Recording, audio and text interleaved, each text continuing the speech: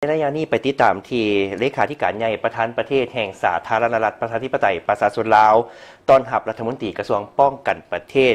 แห่งสาธารณรัฐสังคมนิยมเวียดนามพร้อมด้วยคณะในโอกาสที่เดินทางมาเยี่ยมยามและเฮ็ดเวียกอยู่สาธารณรัฐประชาธิปไตยประชาชนลาวในระหว่างวันที่ 14-15 ตุลา2025ในวันที่ 14 ตุลา2025ที่ห้องว่าการศูนย์กลางภาคสหายทองลุ้นศรีสุริตเลขาธิการใหญ่ประธานประเทศแห่งสาธารณรัฐประชาธิปไตยประชาชนลาวได้ต้อนรับการเข้าเยี่ยมคำนับของพลเอกฟันวันย่างรัฐมนตรีกระทรวงป้องกันประเทศแห่งสาธารณรัฐสังคมนิยมเวียดนามพร้อมด้วยคณะในโอกาสที่เดินทางมาเยี่ยมยามและเฮ็ดเวียกอยู่สาธารณรัฐประชาธิปไตยประชาชนลาวในระหว่างวันที่ 14-15 ตุลา2025รัฐมนตรีกระทรวงป้องกันประเทศแห่งสาธารณรัฐสังคมนิยมเวียดนามได้แสดงความขอบใจต่อสหายเลขาธิการใหญ่ประธานประเทศแห่งสาธารณรัฐประชาธิปไตยประชาชนลาวที่ได้ให้การต้อนรับอย่างอบอุ่น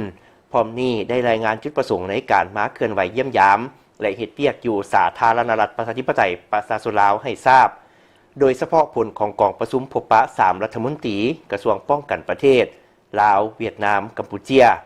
ซึ่งเป็นการสืบต่อเพิ่มทวีหัดแน่นการพัวพันหัวมือของ3กองทัพ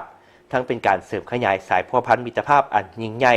ความสามัคคีแบบพิเศษและการหัวมือหอบด้านระหว่าง2พรรค2รัฐ2กองทัพและประชาชน2ชาติลาวเวียดนามให้นับมือเข้าสู่ล่วงเลิกในโอกาสนี้สหายทองลุ้นศรีสุริตได้แสดงความต้อนรับสมเสยและตีราคาสูงต่อการเดินทางมาเยี่ยมยามและเฮ็ดเวียกอยู่สาธารณรัฐประชาธิปไตยประชาชนลาวของพลเอกฟานวันย่างพร้อมด้วยคณะในครั้งนี้พร้อมทั้งอวยพรให้คณะผู้แทนโดยเฉพาะการมาเข้าร่วมกองประชุมพบปะ3รัฐมนตรี